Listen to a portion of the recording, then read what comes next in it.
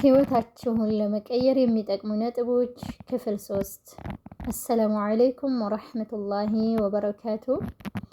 እንግዲህ ህይወታችሁን ለመቀየር የሚጠቅሙ ነጥቦች የሚለው ርዕሳችን ክፍል 3 ደርሰናል። ክፍል 2 ላይ ለማስታወስ ያክል የጠቀስኩት በዋነኝነት የመጀመሪያ መንፈሳችን ወይም ደግሞ ሩሃችን ላይ መስራት እንዳለብን ነው።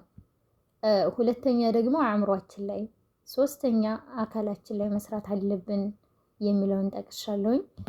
የዛሬው ትምህርታችን ደግሞ አንደኛ የምንፈልገው ምንድን ነው? ራሳችንን መጠየቅ መቻል አለብን። በህይወቴ ስኖር ምንድን ነው የምፈልገው? በግልጽ ሰዎች ሲያደርጉ እያየን ሳይሆን የሰዎችን ህልም መከተል ሳይሆን እኔ ህልሜ ምንድን ነው? እዚች ምድር ላይ ስኖር ማሳካት ያለብኝ ነገር ምንድን ነው ብለን ራሳችንን መጠየቅ መቻል ማለት ነው። ከዛ የምንፈልገውን ካወቅን በኋላ በግብ ወይም ደግሞ በእቅድ መንቀሳቀስ። ፈኢዛ ዐዘምተ ፈተወከል ዐለላህ ይላል አላህ ሱብሓነሁ ወተዓላ። በቁርጥ በተነሳህ ጊዜ በአላህ ተመካ። ኢነላሃ ዩሒቡል ሙተወኪሊን። አላህ ሱብሓነሁ ወተዓላ በሱ የሚመኩትን ይወዳልና በአላህ ተመክተን የምንፈልገውን ነገር ለማሳካት መጣር አለብን፣ በቁርጠኝነት ማለት ነው። ቢደክመን ደስ ቢለን ባይመችን በየቀኑ ያንን ነገር ማድረግ መቻል አለብን ማለት ነው። በነገራችን ላይ ጀምረን የምንተው ነገር ብዙ እንኳን ቢሆን ከጊዜ በኋላ እንዳልሰራ ነው የሚሆነው ማለት ነው። እና በዘላቂነት የምንፈልገውን ካወቅን በኋላ ያን የምንፈልገውን ነገር በዘላቂነት መተግበር መቻል አለብን። ወለው ትንሽ ትንሽ እንኳን ቢሆን። አረቦች ደስ የሚል አባባል አላቸው። ቀጥረቱል ማ ተሲሩል ባህር፣ የውሃ ጠብታ ባህር ትሆናለች ይላሉ። እና እኛም ጁምለትን ዋሂዳ በአንድ ጊዜ ሁሉንም ስብስብ አድርገን ይሄንም አሳካዋለሁ ብለን ጀምረን ከምንተው ትንሽ ትንሽ እንደውም ከትንሽ ህልም መጀመር መቻል አለብን። ሌላውን ተውትና ጊዜ ከመጠቀም ሊሆን ይችላል። ጊዜያችንን የምናባክን በሶሻል ሚዲያ በዛም በዚህም እየሮጥን ድክም የምንል ከሆነ እሱን ትተን እንቅልፍ፣ ደስ የሚል እንቅልፍ ከመተኛት መጀመር ሊሆን ይችላል። ስልክን ከመቀነስ ማለት ነው።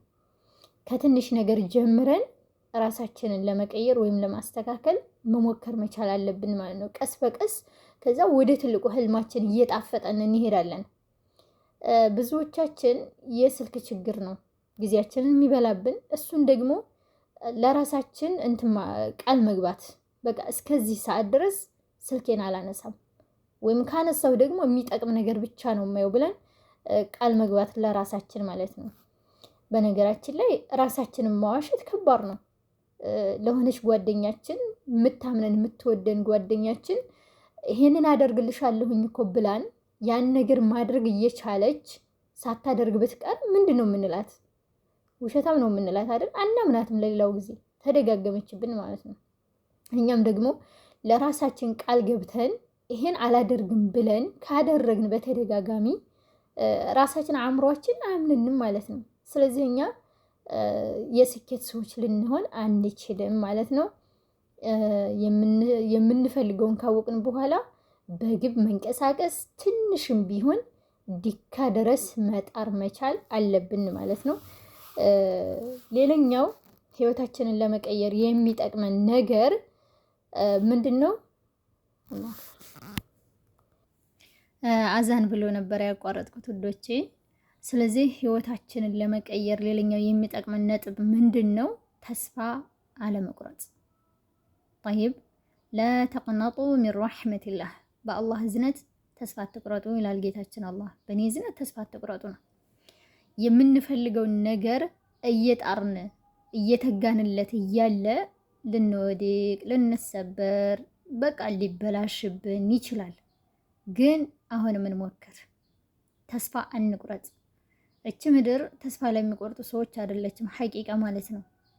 እኛ ስኬታማ ሰዎች መሆን አለብን ካልን ፍጹም ተስፋ መቁረጥ የለብንም ማለት ነው። በዓላማችን በግባችን ላይ መጽናት መቻል አለብን። ከጓደኛ ልንርቅ እንችላለን። ምክንያቱም ድሮ የምንሰጣቸውን ጊዜ ስለማንሰጣቸው ከቤተሰብም ክፍተት ሊኖር ይችላል። ግን ቀጥ ማለት መቻል አለብን። ያን ዓላማችን ማንንም የማይጎዳ እስከሆነ ድረስ ጌታችን አላህን ሱብሓነሁ ወተዓላ የማያስቆጣ እስከሆነ ድረስ ማለት ነው። መጀመሪያ እንመርምር። ግን ያን ዓላማችን ጌታችን አላህ የሚወደው ነው ወይስ የሚቆጣበት? እኛ የምንወደው ብቻ መሆኑን አይደለም ማየት ያለብን። ከዛ የሰውን መብት ይነካሉ የሚለው ላይ ትኩረት ማድረግ መቻል አለብን ማለት ነው። እስካሁን እየተከታተላችሁ ነበር። እስካሁን እኔ ጋር ከሆናችሁ ወዳችሁታል ማለት ነው። ህይወታችንን ለመቀየር የሚለውን ነጥብ ላይክ፣ ሰብስክራይብ አድርጉ። በዚህው ይቀጥል የምትሉ ደግሞ ኮሜንት ላይ ጻፉልኝ። ሌላ ርዕስም